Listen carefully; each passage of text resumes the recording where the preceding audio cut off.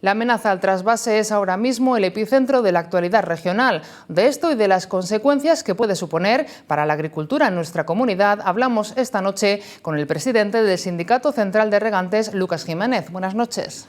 Hola, buenas noches, ¿qué tal? ¿Cuál es el futuro del trasvase? Bueno, eso lo saben los poderes, ¿no? Nosotros, lo que nos toca a nosotros es defenderlo, ¿no? Defender ese futuro porque nos parece importante para todo el país, no solamente para estas regiones, sino para las regiones de la cuenca excedente y en general para el Estado en sí, ¿no? La Comisión Central de Explotación autorizaba un trasvase para regadío el mes pasado, al final el Ministerio decía que no. Este mes vuelve a ocurrir lo mismo. ¿A qué responde esta decisión?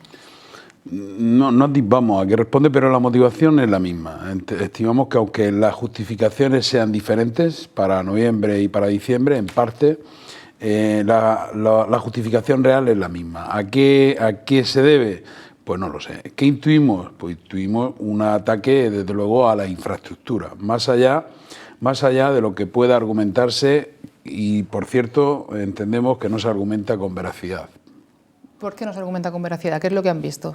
Bueno, se resumen las mismas motivaciones que acontecieron en el mes de noviembre. Se dice que podemos estar en un nivel 4, es decir, no trasvase, antes de lo que las reglas de explotación marcan. Se dice también abiertamente que se adopta esta medida en precaución para salvaguardar el abastecimiento, el agua para abastecimiento humano, cuando las reglas de explotación, precisamente para lo que sirven, es para salvaguardar siempre los derechos, los usos de la cuenca excedente y, por supuesto, y con preferencia, el abastecimiento humano.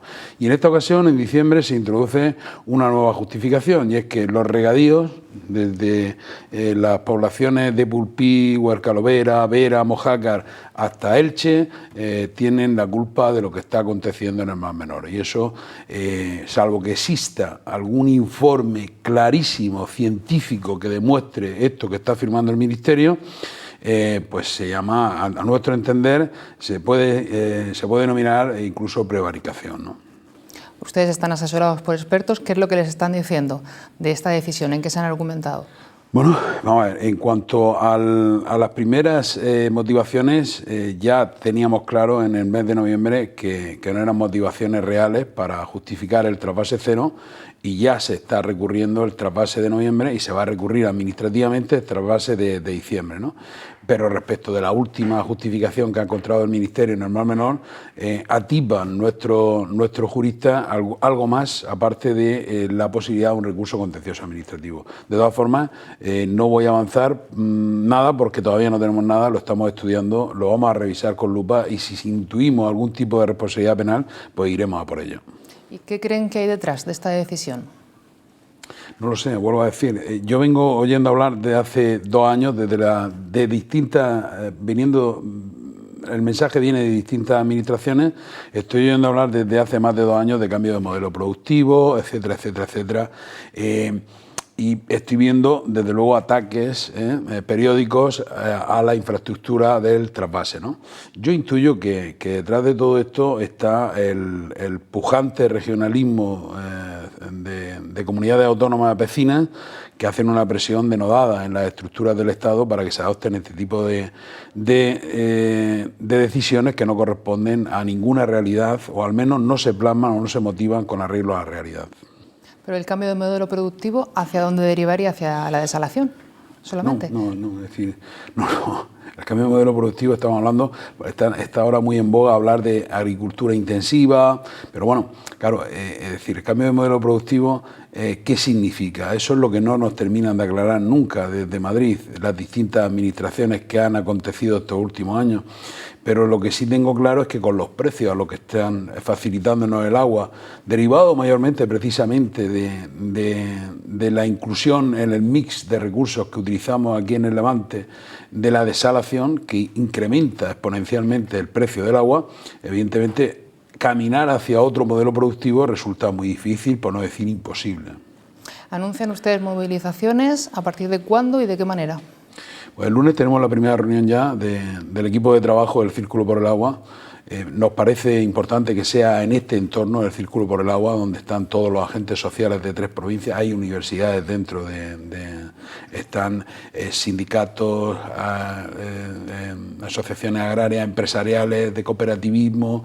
En ese entorno ya el lunes tenemos la primera reunión para empezar a ver qué tipo de movilizaciones, qué tipo de acciones vamos a entablar, evidentemente ya después de la Navidad, porque las fechas que se nos echan encima son difíciles hasta para conseguir gente que quiera trabajar estas semanas, ¿no?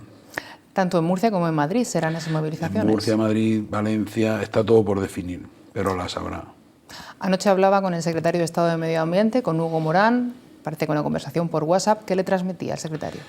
Lo primero es decir que siempre he mantenido una relación fluida con el secretario de Estado, eso no ha variado, ¿no? Es decir, lo cortés no quita lo valiente, ¿no? Me anunciaba que tendremos una explicación a la que tenemos derecho, ¿no?, de esta decisión, y de luego yo ardo en deseos de que se produzca esa explicación, que a nosotros se nos antoja imposible, pero evidentemente esperamos ansiosos que se produzca esa explicación. Pero no le decía ningún detalle, no le avanzaba nada. No, nada. Simplemente que se nos dé una explicación, que tenemos derecho a una explicación y que se nos dará una explicación. Ayer hablaban también con el delegado del Gobierno, con Francisco Jiménez. ¿Él les decía algo más o tampoco? No, el delegado del Gobierno no había tenido oportunidad de intercambiar voz de por medio, una conversación con el secretario de Estado, y bueno, pues tomó buena nota de las quejas que teníamos para trasladarlas al Ministerio y quedó emplazado a comunicarnos qué comentaba el Gobierno de la Nación de este hecho que se ha producido. Hablábamos de esas movilizaciones, pero además decían que no iban a pagar ese tasazo, como denominan al pago del agua que hacen por el trasvase. Sí. ¿De qué cifras estamos hablando? Bueno, estamos hablando, es decir, si decidiera el Estado, tanto si decide traspasar como si no decide traspasar, los agricultores de las 3 provincias pagamos aproximadamente 13 millones de euros de fijo, es decir, de costes fijos invariables, sea el recurso 1 metro cúbico, ningún metro cúbico o la totalidad, los 421 hectómetros cúbicos.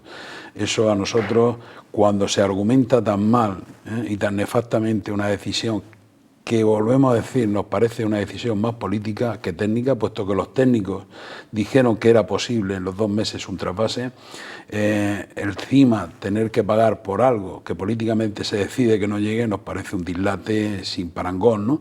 Entonces, lo que vamos a hacer, vuelvo a decir, mirar a los mejores fiscalistas, expertos en fiscalidad de este país, para ver cómo podemos, con el menor costo posible, optar por alguna fórmula de impago de ese impuesto revolucionario que se nos quiere imponer a cambio de nada.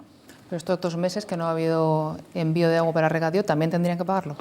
Claro, a razón de aproximadamente 1 millón y pico de euros cada mes. O sea, imagínese cuál es la situación. La situación es que no hay agua en las comunidades de regantes. Las comunidades de regantes no pueden distribuir agua a los agricultores, desde los más pequeñitos a los más grandes.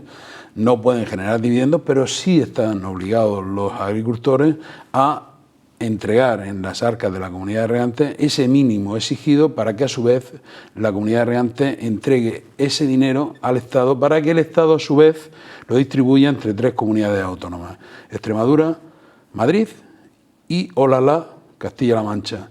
Castilla-La Mancha se lleva casi el 50% de esos 13 millones de metros cúbicos. ¿Quién entiende esto? Yo no. Es difícil de entender.